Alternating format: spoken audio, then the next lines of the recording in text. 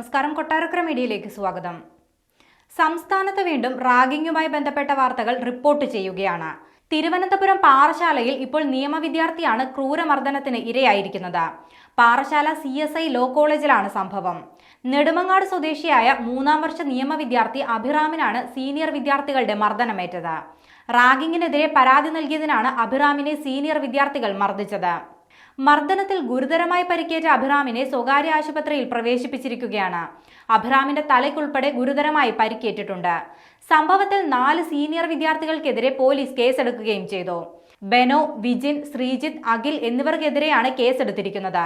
കോട്ടയത്ത് സർക്കാർ നഴ്സിംഗ് കോളേജിൽ നിന്നും റാഗിംഗ് സംബന്ധിച്ച വാർത്തകൾ പുറത്തുവരുന്നതിനിടെയാണ് ലോ കോളേജിലും റാഗിംഗ് റിപ്പോർട്ട് ചെയ്യുന്നത്.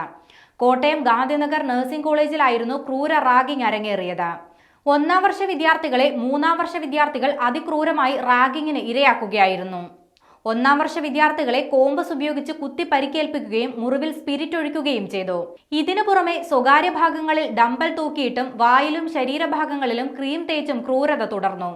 ഇതിന്റെ ദൃശ്യങ്ങളും മാധ്യമങ്ങളിലൂടെ പുറത്തു വന്നിരുന്നു.